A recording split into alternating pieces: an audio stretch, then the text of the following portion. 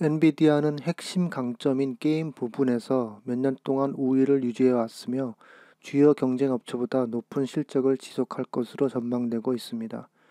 디지털화 세계에는 기하급수적으로 증가하는 정보가 있으며 엔비디아의 강력한 GPU는 또한 고출력 컴퓨팅, AI, 머신러닝을 위한 최고의 선택으로 여겨집니다. 이들은 게임 분야에서 우위를 점하고 있을 뿐만 아니라 공급망의 이점 그리고 ARM의 인수 등으로 인해 경쟁 우위를 점하고 있습니다. 관련된 위험에도 불구하고 엔비디아는 뛰어난 경쟁 포지셔닝과 더불어 저평가되어 있어 장기 투자에 적합하다고 보입니다. 엔비디아의 최고 실적 부분은 게이밍 부분이라는 것은 분명합니다. 게임이 중앙 처리 장치에서 간단히 실행될 수 있었던 시대는 이미 오래전에 지났습니다.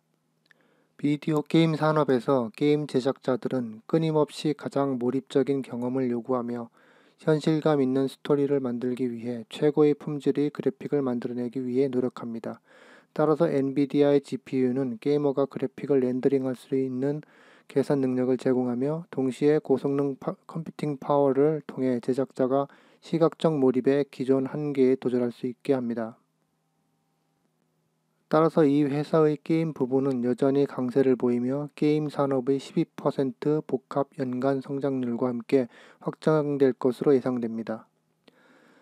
차세대 콘솔 PC, 핸드헬드 장치, 가상현실 게임 등에서 좀 더 시각 집약적인 게임 기술이 개발됨에 따라 엔비디아의 게임 GPU에는 여전히 더 많은 가능성들이 있습니다. 그러나 이 회사의 게임 부분의 본질은 게임 산업의 성장을 활용할 수 있는 위치가 적절한지에 관한 것이 아니라 게이머를 위한 더 고투 GPU 프로바이더로서 수년간 쌓아온 브랜드 평판에 관한 것입니다.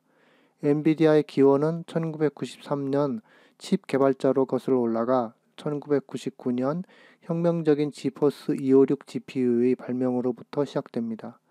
회사는 이러한 전문 지식을 활용하여 현재 구매 가능한 최고의 성능을 갖춘 그래픽 카드를 제공하고 있으며 이것이 주요 경쟁 업체와 차별되는 점입니다.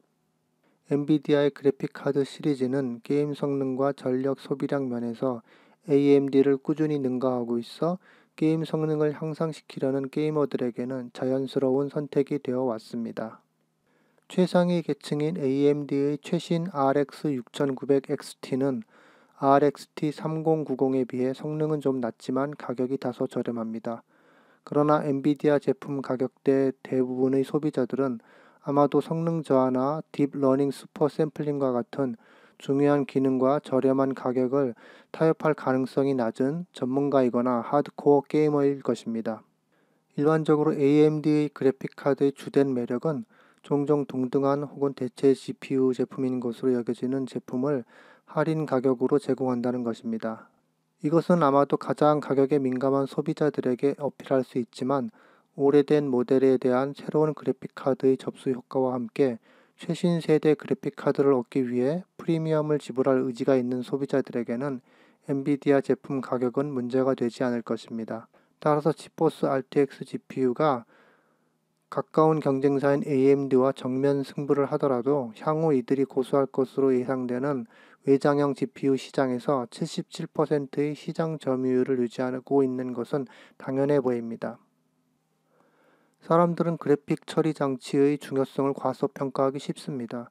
하지만 GPU가 비주얼 엔터테인먼트를 목적으로 화면에 예쁜 물체를 부드럽게 그릴 수 있는 것 이상의 오늘날 우리가 알고 있는 대부분의 현대 기술 트렌드에 기초를 제공하는 필수적인 기술이라는 것이 입증됐습니다. 그 핵심은 GPU가 전통적인 중앙 처리 장치가 처리하지 못하는 워크로드를 효율적으로 처리하도록 설계된 병렬 계산 구조를 가지고 있는 것입니다. 지포스 라인업은 일반적으로 전문 시각화 및 게임용 컴퓨팅 집약적 이미지를 생성하는 데 적합하지만 다른 GPU 모델은 대량의 데이터를 활용하는 시스템의 처리 속도를 가속화하도록 조정되었습니다. 광범위한 데이터셋에 대해 교육을 받은 인공지능, 전 세계 소비자 트렌드가 분석되는 빅데이터, 복잡한 비즈니스 트랜잭션이 처리되는 엔터프라이즈 시스템, 그리고 기반을 제공하는 데이터 센터에 사용됩니다. 우리가 알고 있는 데이터는 빠르게 변화했고 이해할 수 없을 정도로 성장했습니다. 인간이 생성, 캡처, 복사 및 소비한 데이터의 총량은 대략 2020년에 59제타바이트에 도달했습니다. 디지털 세계에서 더 많은 이해관계자가 더 많은 양과 더 많은 종류의 데이터를 남기면서 이 숫자는 2025년에는 175제타바이트로 더 늘어날 것으로 예상됩니다. 디지털 세계에서 이러한 데이터는 실제 통찰력을 추구하는 현대 기술에 매우 중요합니다. 여기서는 기술 부문이 더 복잡한 데이터를 더 많은 볼륨에서 처리하기 시작하면 더 높은 생산성과 더 나은 통찰력을 얻기 위해 이러한 GPU가 제공하는 컴퓨팅 성능이 필요합니다.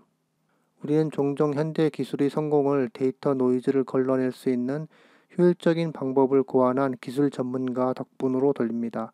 그러나 이러한 GPU가 제공하는 컴퓨팅 능력이 없다면 단순히 이 데이터를 평가하는 데 시간이 너무 오래 걸리기 때문에 이러한 데이터 세트를 사용할 생각조차 하기 어렵습니다. 엔비디아는 경쟁 우위를 점할 준비가 되어 있는 게임 분야 외에도 고성능 컴퓨팅 시장, 특히 전용 가속기가 장착된 서비스로서의 기반 시설, 컴퓨팅 인스턴스에서도 잘 구축되어 있습니다. 이는 이 회사가 클라우드 기반 인공지능에서 복잡한 머신러닝 계산을 가속화하기 위해 전문화된 GPU 인프라를 제공하는 것을 말하며 이를 통해 소비자 데이터의 많은 부분을 처리하여 기업에 실제적이고 실행 가능한 통찰력을 제공할 수 있습니다. 포브스 기사에 따르면 전 세계 상위 4개 클라우드 기업이 전체 사례의 97.4%에서 엔비디아의 엑셀러레이터를 활용했다고 합니다. 본질적으로 클라우드 분야의 높은 경쟁력은 특히 AI가 생성한 통찰력, 클라우드 컴퓨팅 및 빅데이터가 점점 중요해지는 디지털화 세계에서 장기적으로 회사의 수익성에 좋은 영향을 미칩니다. 2021년 들어서 많은 칩 제조사들이 반도체 산업의 심각한 칩 부족을 인정했는데 이는 지난 분기에 수주한 것이 코로나 복구로 인한 억눌린 수요에 대처하기에는 부족했기 때문으로 해석되고 있습니다. 주요 칩 제조업체 TSMC가 모바일, GPU, EV 등을 만들기 위해 자사 제품에 의존하는 대형 고객의 억눌린 수요를 따라잡기 위해 고군분투하고 있어 칩 부족은 연중 계속될 전망입니다. 조 바이든 미국 대통령이 앞으로 이런 문제를 피하기 위해 미국 반도체 산업에 대해 재검토를 지시할 정도로 문제가 심각합니다. 소비자들이 재거품이 매장으로 돌아오기를 기다리는 상황에서 엔비디아가 시장에 제품을 다시 출시하는 데 있어 선두주자가 되는 것이 더욱 중요한 때입니다. 이 부문에서는 엔비디아가 이미 12월 초에 삼성으로 생산을 이전하기 시작했기 때문에 AMD보다 소매업체들의 공급량을 다시 끌어올릴 준비가 더 잘 되어 있습니다. AMD가 아웃소싱 생산 움직임을 반영하기로 최근에서야 결정했지만 이러한 부족 현상이 시간에 민감하기 때문에 퍼스트 무버는 세계 시장 점유율을 잡을 수 있는 모든 기회를 갖게 될 것입니다. 앞으로 엔비디아 제품이 소매 업체들의 진열대에 전시된 유일한 GPU가 될 수 있다는 단순한 사실은 새로운 GPU를 필요로 하는 소비자들에게 가격에 대한 민감성을 약화시킬 수 있습니다. 이것은 AMD의 라인업이 가지고 있는 가성비 매력을 감소시키는 데 큰 도움이 될 것이고 그리고 잃어버린 시장 점유율을 되찾는 데 도움이 될 것입니다. 엔비디아는 400억 달러 규모의 칩 설계 업체인 ARM 홀딩스를 소프트뱅크로부터 인수할 계획이라고 발표했습니다. ARM 생태계는 개발자들이 작업할 수 있도록 평판이 좋고 확립된 아키텍처를 제공하지만 엔비디아의 CUDA 환경의 풀스택과 결합하면 개발자들에게 많은 제약이 없어지고 생태계의 차이로 인해 이전에는 불가능했던 기술 혁신의 속도를 가속화합니다. 이러한 이점은 양쪽 모두와 광범위한 기술 산업에서도 상당한 영향을 미칩니다. 한편 ARM은 더 큰 엔비디아의 연구 개발 능력을 활용하여 더 고성능 칩셋을 혁신할 수 있을 것입니다. 한편 엔비디아는 스마트폰, 태블릿, 노트북 및 서버 같은 주류 시장에 진출하여 컴퓨팅 성능을 높일 수 있는 기회를 갖게 될 것입니다. 전 세계 70%가 ARM 아키텍처에 의존하고 있는 상황에서 엔비디아가 규정의 장애물을 성공적으로 통과한다면 이러한 움직임은 잠재적으로 회사를 게임 체인저로 만들 것입니다. 그럼에도 불구하고 우리가 이 회사에 대한 투자를 고려할 때 우리가 인정해야 할 몇 가지 위험들이 있습니다. 암호화폐 붐은 게임 GPU 수요가 늘어난 것으로 해석돼 게이머 소비자층을 위한 GPU가 크게 부족한 결과를 낳았습니다. 앞서 언급했듯이 RTX 시리즈는 출시 후 몇 초 만에 품절되는 경우가 많아 소비자들이 프리미엄을 주고 구입할 정도로 품귀 현상이 심했습니다. AMD의 그래픽카드도 비슷한 문제에 직면했지만 엔비디아 정도는 아니었습니다. 비록 엔비디아가 시장에 더 빨리 복구할 준비가 되어 있다고 해도 수요 중심의 부족이 장기화된다면 소비자들이 점차적으로 재고가 있는 AMD로부터 더 저렴한 대안을 고려하려고 하기 때문에 AMD는 아마도 시장 점유율을 회복할 기회를 가질 수 있을 것입니다. 그럼에도 불구하고 엔비디아는 암호화폐 채굴자들에게 직접 전달하는 모델을 출시함으로써 이러한 부족을 해결하려고 시도했습니다.